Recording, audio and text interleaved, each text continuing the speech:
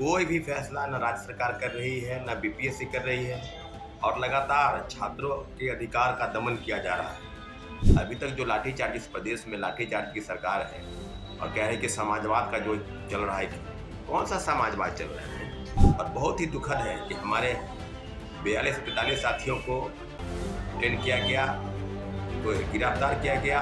अगर शांतिपूर्वक आंदोलन चल रहा है और आपको गिरफ्तार करना है क्योंकि नियम के खिलाफ है, आंदोलन तो नियम के खिलाफ है, क्योंकि आवाज। लेकिन हमारे 43 साथियों को जो गिरफ्तार किया गया और शिक्षकों के साथ जो दुर्व्यवहार किया गया, इसके लिए कौन सा दोषी है। नमस्कार साथियों, जय हिंद। मैं सौरभ कुमार और बीपीएससी आंदोलन पर आपको पूरी अपडेट और जो चीज़ हो रहा है पूरी तरीके से छात्रों अभ्यर्थियों के हक में कोई भी फैसला न राज्य सरकार कर रही है, न बीपीएससी कर रही है और लगातार छात्रों के अधिकार का दमन किया जा रहा है।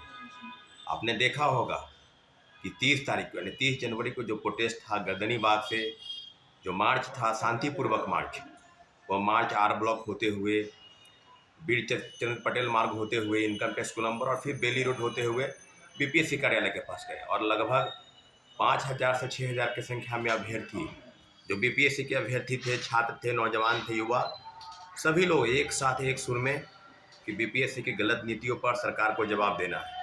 और सरकार को जवाब क्यों देना है? इसलिए क्योंकि सरकार का ये जिम्मेवारी बनता है, सरकार की जिम्मेवारी है कि छात्रों अभ्यर्थियों की आवाज़ को दबाने का प्रयास लाठी के दम पर प्रशासन द्वारा, बीपीएससी द्वारा और लगातार जो गतिविधि है वो सबके सामने है। और बहुत ही दुखद है कि हमारे 42 से 43 साथियों को डिटेन किया गया, उनको गिरफ्तार किया गया।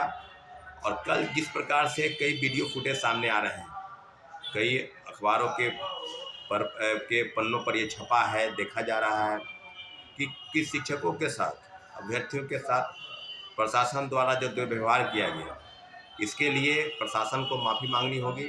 इसके लिए बिहार सरकार को सोचना होगा कि किस प्रकार का तानाशाही व्यवस्था इस राज्य में चल रहा है। आपने देखा होगा कि शिक्षक जो रामांशु सर हैं, वो विगत 18 तारीख से धरने पर बैठे हैं और धरने पर बैठने के बाद भी जब छात्रों के समर्थन में वो बीपीएससी कार्यालय के पास आए, बैठे हुए थे, तो बर्बरतापूर्वक उनके कंधे पर पैर रख के प्रशासन द्वारा, पुलिस द्वारा उनको गिरफ्तार किया गया।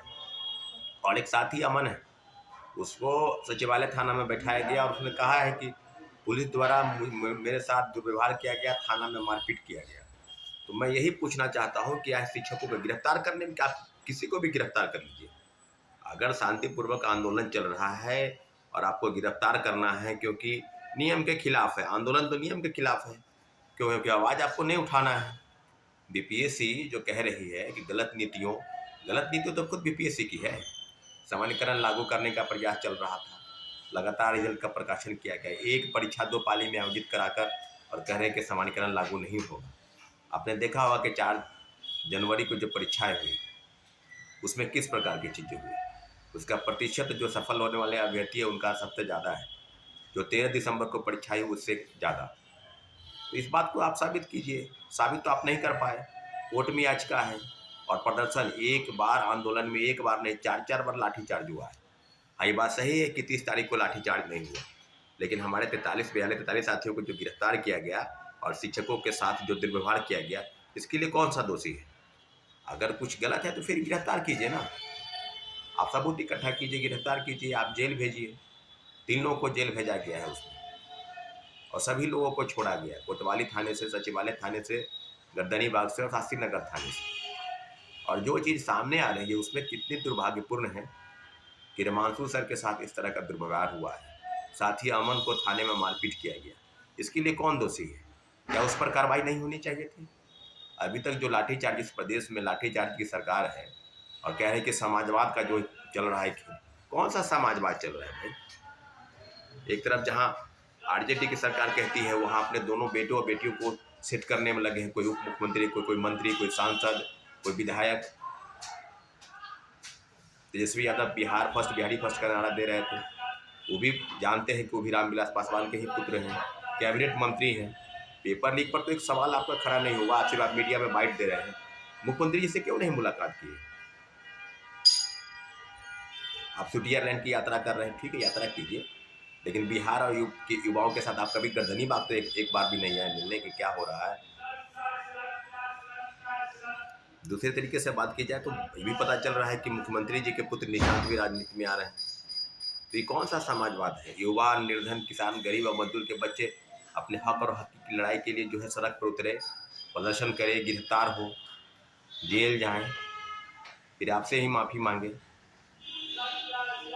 याचना, इस तरह की चीजें हो रही है। और लगातार इस प्रकार का प्रश्न पत्र तैयार करके ग्रुप डी के लेवल का प्रश्न पत्र और कह रहे थे कि यूपीएससी स्तर का प्रश्न पत्र होगा, तो बीपीएससी के चेयरमैन पर कहाँ कार्रवाई हुई? पुलिसकर्मियों पर कहाँ कार्रवाई हुई? उल्टे छात्रों को 45-46 दिन से अनशन पर बैठे हैं और कह रहे हैं कि कुछ हुआ नहीं है। इस प्रदेश में तो कुछ हो ही नहीं रहा। छात्रों और अभ्यर्थियों के सिर्फ बीपीएससी का सवाल नहीं है, सवाल लगभग सभी परीक्षाओं का है। कोई परीक्षा बाकी नहीं है जहाँ पेपर लीक नहीं हुआ है, जहाँ धांधली सेटिंग नहीं हो रहा। सिपाही हो, दरोगा हो, इन्फोर्समेंट हो, सचिवालय सहायक हो, किसी भी परीक्षा में पारदर्शिता नाम की कोई चीज़ नहीं रह गई है। और लगातार युवाओं से आह्वान किया जा रहा है कि अपने हक के लिए आप सड़क पर उतरे, आंदोलन करें, प्रोटेस्ट करें, जो भी करना हो लोकतांत्रिक तरीके से करें। फिर ही अंतोगत्वा सरकार नहीं सुनी तब हम लोग को कोर्ट में याचिका दायर करना।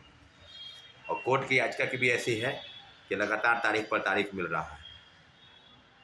इस मामले को जल्दी सुलझाना जरूरी था, उसको उस पर तारीख मिल रहा है। खैर, कोर्ट की याचिका में भी दायर है तो उसमें सुनवाई होगी ही, 4 को हो, 5 को हो, 7 को हो, लेकिन सुनवाई होनी है। लेकिन जिस प्रकार का कुकृत, जिस प्रकार की लापरवाही और जिस प्रकार से प्रशासन का जो खेल इस प्रदेश में चल रहा है कि शिक्षकों को गिरफ्तार किया गया, वो उनके साथ जिस प्रकार से आप उनके कंधे पर पैर रख रहे हैं, इस तरह का जो है, ये कोई पाकिस्तान और दक्षिण कोरिया नहीं है, ये लोकतंत्र की सरकार है। चुने हुए वोट से आप सरकार बनाते हैं और इस प्रकार का दुर्व्यवहार आप कर रहे हैं, पूरा देश देख रहा है। शर्म आनी चाहिए आपको ऐसी व्यवस्था को। इसलिए आग्रह है कि ऐसे व्यवस्था को बदलने के लिए सारे युवा एकजुट हो और फिर से हम लोग प्रोटेस्ट की तैयारी कर रहे हैं। धन्यवाद। जय हिंद।